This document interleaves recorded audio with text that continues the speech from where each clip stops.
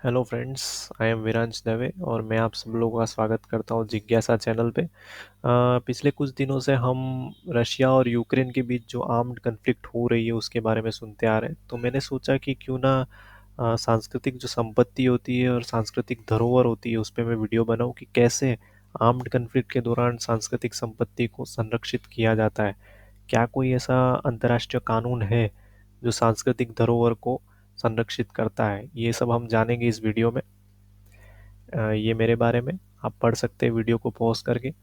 What is जिज्ञासा? जिज्ञासा का मीनिंग होता है curiosity and it is a joint initiative created by a group of experts who are qualified in several competitive examinations. और उनका main मकसद ये है कि एकेडमिक सपोर्ट और असिस्टेंस प्रोवाइड करें लर्नर्स और क्यूरियस माइंड्स के लिए। अब हम लीगल एलिमेंट्स डिस्कस करें सांस्कृतिक संपत्ति के बारे में, उससे पहले हम सांस्कृतिक संपत्ति क्या है ये जान लेते हैं। हालांकि सांस्कृतिक संपत्ति का कोई यूनिवर्सल डेफिनेशन नहीं है, बट सांस्कृतिक संपत्ति में सारी सांस्कृतिक धरोहर आती है, जैसे कि ऐतिहासिक इमारतें, फिर आर्ट वर्क्स, पुरातत्व साइट्स, लाइब्रेरीज, आर्काइव्स जहाँ पे पांडुलिपियों को स्टोर किया जाता है, और म्यूजियम्स। अब सबसे बड़ा सवाल सबके दिमाग में ये आ रहा होगा कि सांस्कृतिक संपत्ति को संरक्षित करना क्यों ज़रूरी है।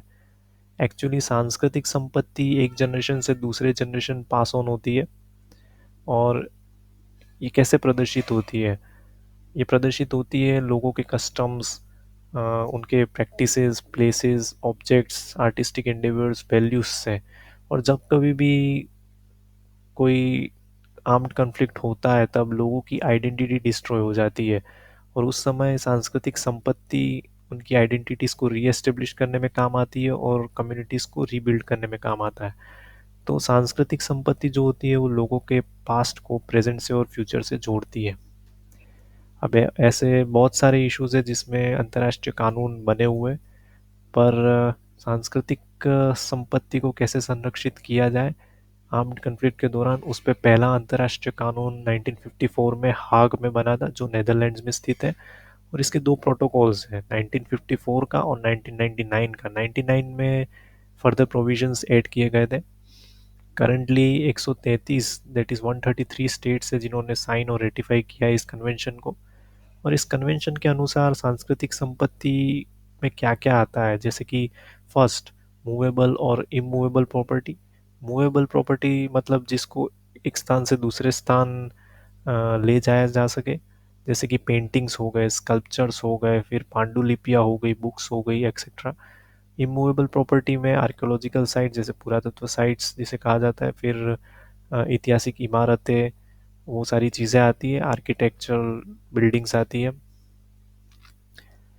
सेकंड पॉइंट, वो सारी बिल्डिंग्स या वो सारे स्थान जहाँ पे फर्स्ट पॉइंट में मेंशन मूवेबल प्रॉपर्टीज़ को संरक्षित किया जैसे म्यूजियम्स हो गए, लाइब्रेरीज हो गए, आर्काइव्स हो गए, etcetera. Third point, centres containing large monument. ये वो सारे सेंटर्स है जहाँ पे बहुत सारी बड़ी मात्रा में कल्चरल प्रॉपर्टी को संरक्षित किया जाता है। अब ये जो लोगो आप देख रहे हैं वो ब्लू शील्ड इंटरनेशनल ऑर्गेनाइजेशन का लोगो है। ये वो संस्था है जो विश्व की सांस्कृतिक धरोहर को आर्म्ड कन्फ्लिक्ट और नेचुरल डिजास्टर से सुरक्षित रखती है। ये लोगो मार्क करने में काम आती है उन सारी सांस्कृतिक धरोहर को जो जिसको आर्म्ड कन्फ्लिक्ट या नेचुरल डिजास्टर से प्रोटेक्ट करना पड़ता है। ब्लू शील्ड इंटरनेशनल ऑर्गेनाइजेशन ने बहुत बार यूनेस्को की सहायता की है, जैसे कि बहुत सारी ऐसी जगहों पे यूनेस्को के वर्कर्स या यूनेस्को के स्टाफ नहीं जा सकते सिक्योरिटी रीजंस के कारण। तो उस समय ब्लू शील्ड के मेंबर्स वहाँ पे जाकर सांस्कृतिक धरोहर को प्रोटेक्ट किया हुआ है। अब ये कन्वेंशन के मेन आउटलाइंस क्या क्या है, या मेन पॉइंट्स क्या क्या है। जो स्टेट पार्टीज होती है उनको प्रोटेक्टिव मेजर्स एडप्ट करने पड़ते हैं, जैसे कि इन्वेंट्रीज को प्रिपेयर करना। और ये सारी इन्वेंट्रीज वो होती है जिसमें मेंशन किया जाता है कि कौन कौन सी सांस्कृतिक धरोहर होगी जिसको आर्म्ड कन्फ्लिक्ट के वक्त संरक्षित किया जाएगा। फिर रिमूवल ऑफ मूवेबल प्रॉपर्टीज़, कैसे प्रॉपर्टीज़, मूवेबल प्रॉपर्टीज़ को एक स्थान से दूसरे स्थान मूव कराया जाएगा और कहाँ पे मूव कराया जाएगा, ये सारी चीज़ें स्टेट पार्टीज़ डिसाइड करती है। और वो अथॉरिटी को डेजिग्नेट किया जाता है कि कैसे सेफगार्डिंग किया जाएगा इन सारी सांस्कृतिक धरोहर को। और ये सारा काम पीस टाइम में जब आर्म्ड कॉन्फ्लिक्ट नहीं चल रही होती तब किया जाता है।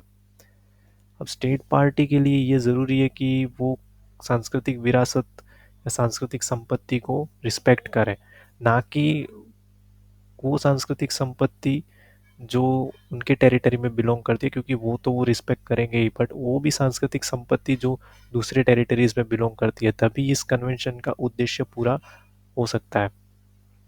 ये कन्वेंशन ये कन्वेंशन स्टेट पार्टीज को ये भी टास्क देती है कि आप स्पेशल यूनिट्स बनाओ मिलिट्री फोर्सेस के, जिनको रिस्पॉन्सिबिलिटी दी जाए सांस्कृतिक संपत्ति को संरक्षित करने का।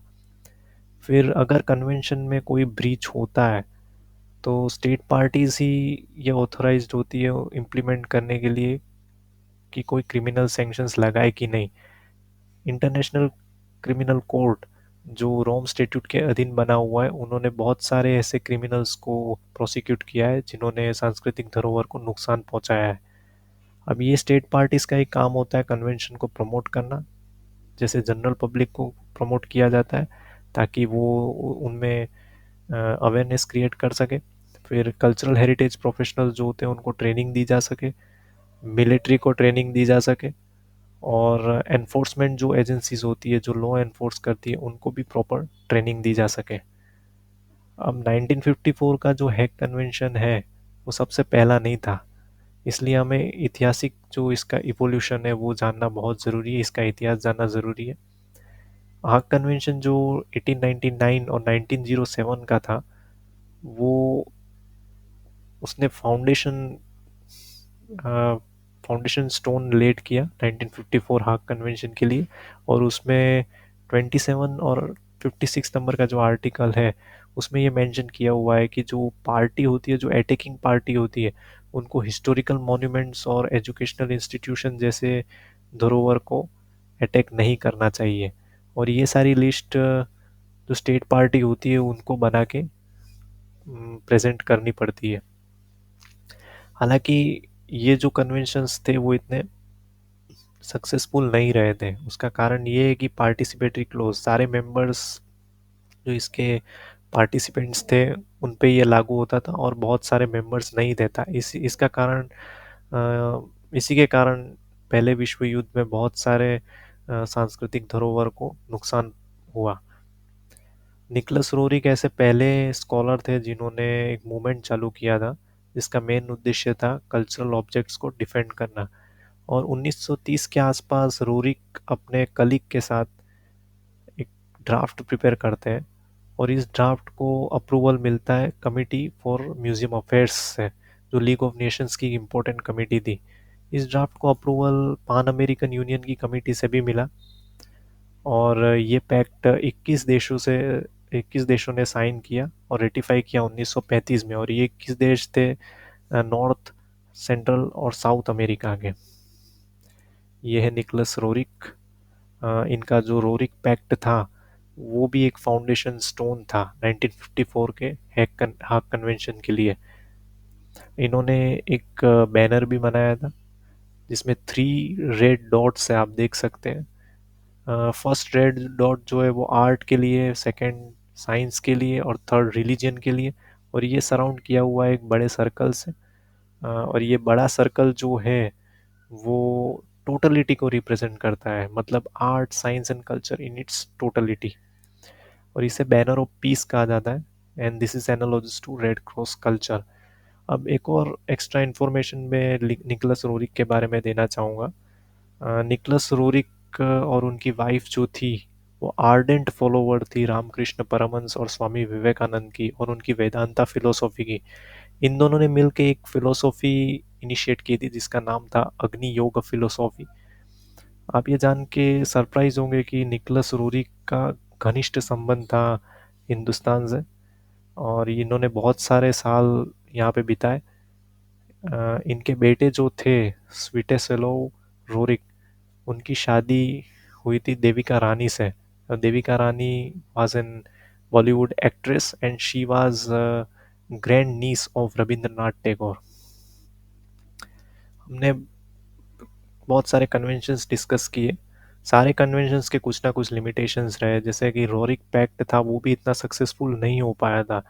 उसका कारण ये था कि जो यूरोप और एशिया के देश थे उन्होंने साइन और रेटिफाई नहीं किया था इस पैक्ट को, और यूरोप और एशिया के देश थे जो वर्ल्ड वॉर टू में इन्वॉल्व थे, इसके कारण बहुत सारा सांस्कृतिक धरोहर डिस्ट्रॉय हुआ। हाउएवर ये जो पैक्ट था, जैसे कि मैंने बताया कि ये एक फाउंडेशन स्टोन था हाग कन्वेंशन का।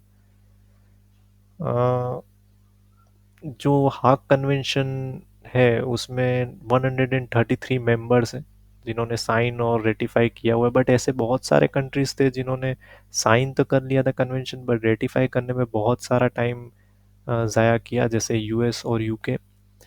यूएसए ने साइन किया था कन्वेंशन 1954 में, बट रेटिफिकेशन के लिए उन्होंने 50 से ऊपर साल ले लिए।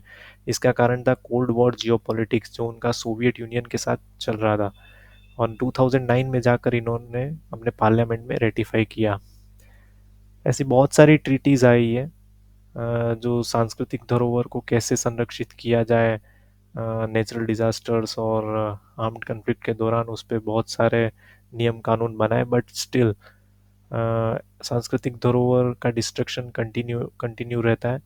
और ये फोटोग्राफ है पाल्मीरा का, जहाँ पे सांस्कृतिक धरोहर को बहुत सारा नुकसान पहुंचाया गया आईसिल ने 2014 के दौरान। और अफगानिस्तान में भी तालिबान ने बहुत सारे सांस्कृतिक धरोहर को नुकसान पहुंचाया। अभी जो करंटली रशिया और यूक्रेन के बीच में जो आर्म्ड कन्फ्लिक्ट चल रहा है उसमें भी मीडिया आउटलेट्स के अकॉर्डिंगली बहुत सारे सांस्कृतिक धरोहर पे नुकसान पहुंचाया गया है, और यूनेस्को ने रशिया को ये भी कहा है कि वो सारे सांस्कृतिक धरोहर को डिस्ट्रॉय ना करें। दोनों रशिया और यूक्रेन ने ये कन्वेंशन को साइन और रेटिफाई किया हुआ है। अब टेक्नोलॉजी कैसे हेल्प कर सकती है सांस्कृतिक धरोहर को संरक्षित करने में? टेक्नोलॉजी का बड़ा रोल है आजकल, और artificial intelligence can be used. अब ये कैसे होता है आप इस वीडियो में देख सकते हैं। When we go to the Arctic, we dress up to survive a winter storm. Rifles to protect ourselves against polar bears. It's the same thing with the Arctic World Archive. Deep in the permafrost of Svalbard lies the Arctic World Archive. Like its neighbor, the Global Seed Vault, the Arctic World Archive aims to protect the most essential pieces of human culture from the chaos of the external world. That means art, literature, and code. In the next 1,000 years, there will be no major invention where software doesn't play a role. We think it's important to preserve knowledge of open source development for future generations. From phone operating systems to digital payment platforms, open source software has had a huge influence in our everyday lives. Here's how GitHub and the Arctic World Archive have partnered to preserve that code for the future. तो आप सब लोगों ने देखा कि कैसे Arctic world archive preserve कर सकता है सांस्कृतिक धरोहर को। ये एक डिजिटल प्रिजर्वेशन फैसिलिटी है, स्वालबर्ड आर्किपेलागो में लोकेटेड है, जो स्पिट्सबर्जन आइलैंड में स्थित है, और ये आइलैंड नॉर्वे में स्थित है। तो बहुत सारा ऐतिहासिक और सांस्कृतिक डेटा यहाँ पे स्टोर्ड है, और एक डिजिटल फिल्म के फॉर्म में स्टोर्ड है जिसमें बहुत सारे मैथमेटिकल एल्गोरिदम यूज्ड होते हैं। और according to arctic world archive, lifetime जो इसकी लाइफ एक्सपेक्टेंसी है वो एस्टिमेटेड नियरली 500 ईयर्स तो है ही, उससे ज़्यादा भी बहुत सारे मीडिया आउटलेट्स में लिखा हुआ है। ये एस्टेब्लिश हुआ था 2017 में, और इसमें इम्प्रेसिव कलेक्शन है 15 कंट्रीब्यूटिंग नेशंस, जैसे कि पांडुलिपियाँ है, वेटिकन लाइब्रेरीज़ की, पॉलिटिकल हिस्ट्रीज़ है, मास्टरपीसेस है, साइंटिफिक ब्रेक थ्रूज़ है। ऐसा बहुत पहले हुआ है जब पूरी की पूरी सभ्यता नष्ट हो गई हो, और उनकी जो धरोहर है उसको इंटरप्रेट करना बहुत ही मुश्किल हो गया हो। जैसे कि ये रोसेटा स्टोन है जो इजिप्ट में डिस्कवर हुआ था 20वीं शताब्दी के शुरुआत में, और इसमें जो लिखा हुआ है वो बहुत ही डिफ़िकल्ट था डिसाइफर करने के लिए, बट हाँ ये डिसाइफर हो गया है अब। जैसे कि हमारी हड़प्पन स्क्रिप्ट है वो अभी तक डिसाइफर नहीं हुई, सोचिए अगर हरप्पन्स के पास आर्कटिक वर्ल्ड आर्काइव होता उस समय, तो वो डिजिटली इसे प्रिजर्व कर लेते और आज हम उसे डिकोड भी इजीली कर पाते हैं। इंडिया की जो केव पेंटिंग्स है अजंता में, अजंता इन औरंगाबाद डिस्ट्रिक्ट ऑफ महाराष्ट्र, वो cave paintings Arctic world archive में अभी डिजिटली प्रिजर्व्ड है और दुर्गा सप्तशती मैन्युस्क्रिप्ट भी वहाँ पे प्रिजर्व्ड है। This is the quote from Hague convention कि any damage to cultural property irrespective of the people it belongs to is a damage to cultural heritage of all humanity because every people contributes to world culture. So जो ये सारी सांस्कृतिक धरोहर है वो हम सब की है, इसमें कोई डिवीजन या डिफरेंशिएशन नहीं है। We all belong to one common species that is homo sapiens sapiens. हाँ डिफरेंसेस है, this is because of our interaction with the different environment, because we belong to different geographical area, but yes, we belong to one single species as I already mentioned, and we all are human beings, so we should protect it. Thank you.